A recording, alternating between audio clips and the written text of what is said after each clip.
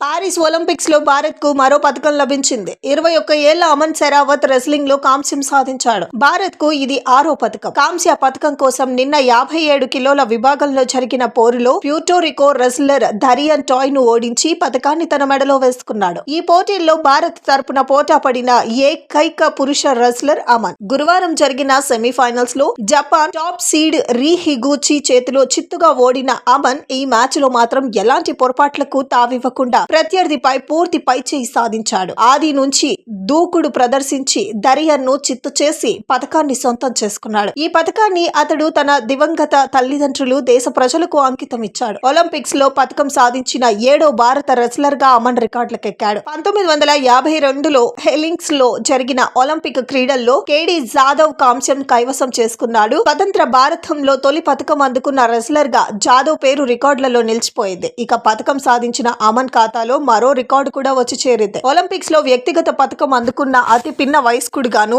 Aman record సృష్టించాడు.